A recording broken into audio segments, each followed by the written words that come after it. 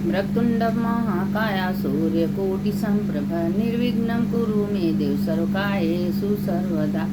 मंगलम भगवान विष्णु मंगलम गरुड़ध्वज मंगलम पुंडरीकाक्ष मंगलाय तनो हरि।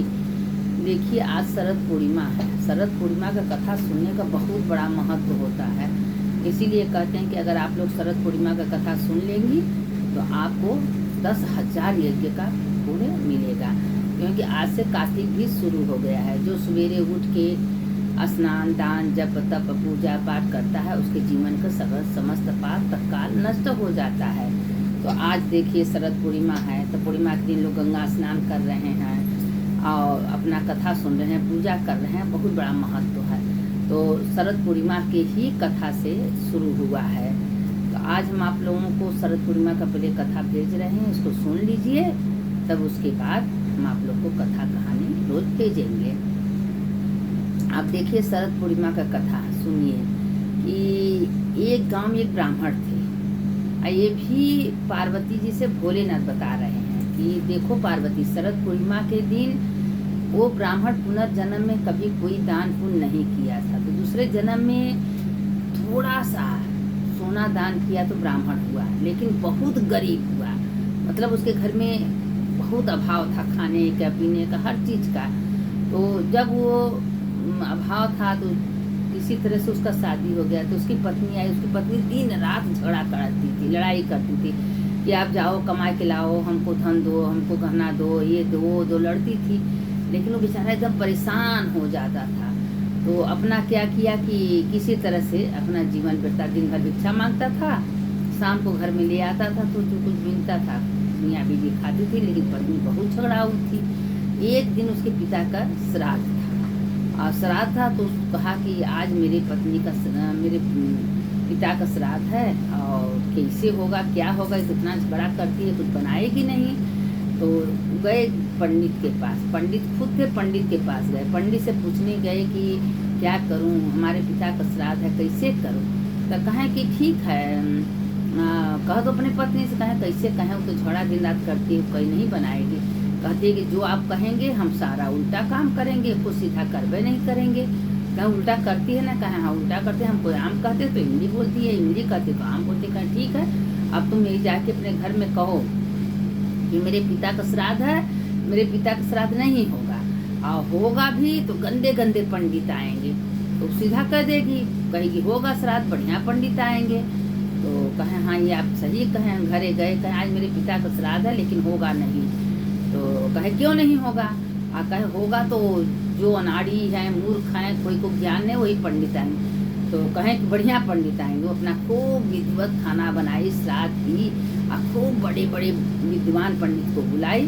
खूब बढ़िया संपन्न तो हो गया श्राद्ध। लेकिन अब देखिए थोड़ा सा ब्राह्मण ने चूक कर दी, गलती कर दी।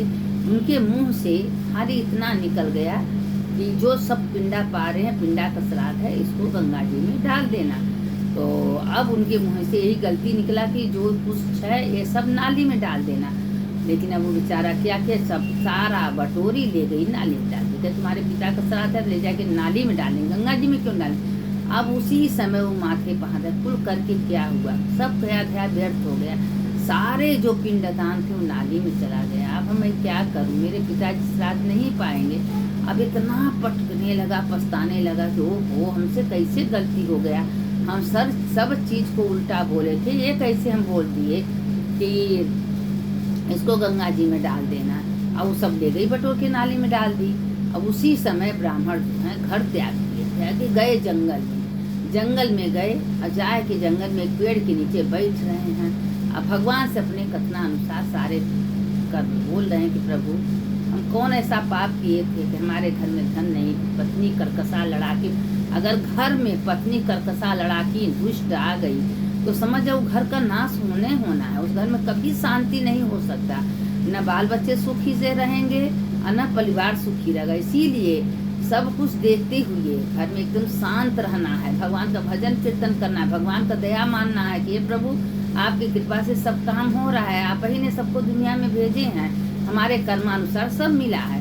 अगर आपका कर्म बहुत अच्छा है तो आपको बहू अच्छी मिलेगी, बेटा अच्छा मिलेगा, घर का परिवार में लोग अच्छा मिलेंगे। अगर आपका कर्म खराब है तो सब खराब मिलेंगे, क्योंकि उसके संग हम बुरा किए हैं तो हमारे संग बुरा हो रहा है। जैसे इसमें भी भगवान को कृपा का समझना चाहिए। अब वो क्या हुआ कि अब वो बैठ गया जंगल में, अब सोचने लगा। उसी समय देवलोक से 3-4 परी आई। कहें ब्राह्मण तुम यहाँ क्यों बैठे हो?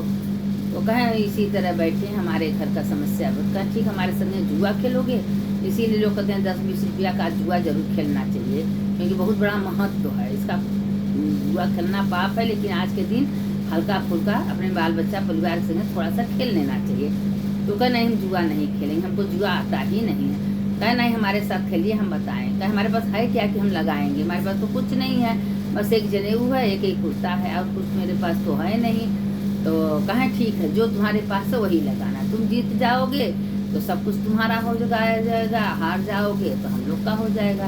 अब वो बैठ गए, वो तीनों परी थी, वो ब्राह्मण था, लगे जुआ खेलने। अब उसके बाद जनेऊ था, कुर्ता था, सब कुछ लगाया दांव पर।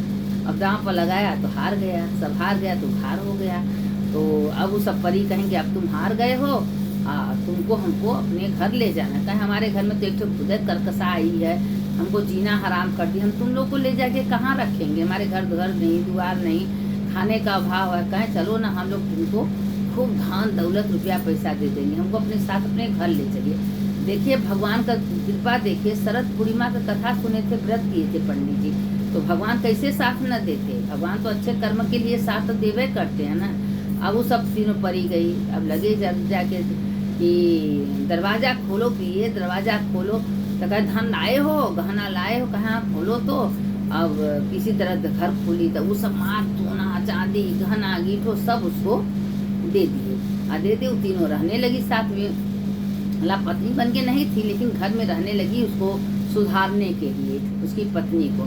सब हंस हंस के बोलने लगी, खाना बनाने लगी सारा। भाई परी तो थी, उनके पास धन की कहाँ कमी था, उनके घर में खूब धन दौलत सब हो गया। उसको इतना गहना दे दी। लो भैया, तुमको खूब गहना चाहिए तो गहना से तुम खुश रहो। और सब दिन से खूब खुश रहने लगी। अब कुछ दिन जब बीता, उसको पति का प्यार मिलना बंद हो गया, पति बातें नहीं करता था। अब वो तीनों परियां थी, तीनों समय से नाश्ता खाना पीना खूब अच्छे से खुशी खुशी हंसी मजाक करती थी। अब उससे बर्दाश्त नहीं हुआ, तो वो सोचा कि ये यार, हम इससे पहले तो जीवन मेरा पहले था, कम से कम मेरा पति हमसे बात तो करता था, हमसे चाय पानी खाना लेता था, अब तो हमसे बात ही नहीं करता है। ये धन का क्या करूंगी मैं लेकर? देखिए धन के लिए कितना झगड़ा करती थी दिन रात। उसको जब धन मिल गया, गहना मिल गया, तो अब उसको अंदर से अंदर ये खाया जा रहा है कि मेरा पति मुझसे बात ही नहीं करता। तो देखिए, अगर पति का प्यार है, पति का सम्मान है, हमारे घर में नमक रोटी है, वही सबसे बड़ा सुखी है। अब हम दुनिया का धन दौलत मेरे पास है और सब हमको डांट रहे हैं, बोल रहे हैं, पति का प्यार नहीं, परिवार का प्यार नहीं, क्या ऐसा धन के मतलब है? अब वो अपना लगी चिंता करने, क्या करूं मैं, कहाँ जाऊं? मेरे पति तुमसे कहे नहीं, तुमको गहना चाहिए, धन चाहिए, तुम लेके रहो भाई, हमसे तुमसे कोई मतलब आज से नहीं है। तो कुछ दिन तो बहुत खुश हुई, उसके बाद लगी जाके अपने पति से प्रार्थना करने कि हमको क्षमा कर दीजिए, बहुत गलती की है, हम आपसे बहुत दिन रात झगड़ा लड़ाई करते थे, हमको नहीं चाहिए ऐसा धन, हमको आपका साथ चाहिए, आपका प्यार चाहिए, लेकिन ये धन नहीं चाहिए। हम धन लेके क्या करेंगे जब आपका साथ है नहीं है?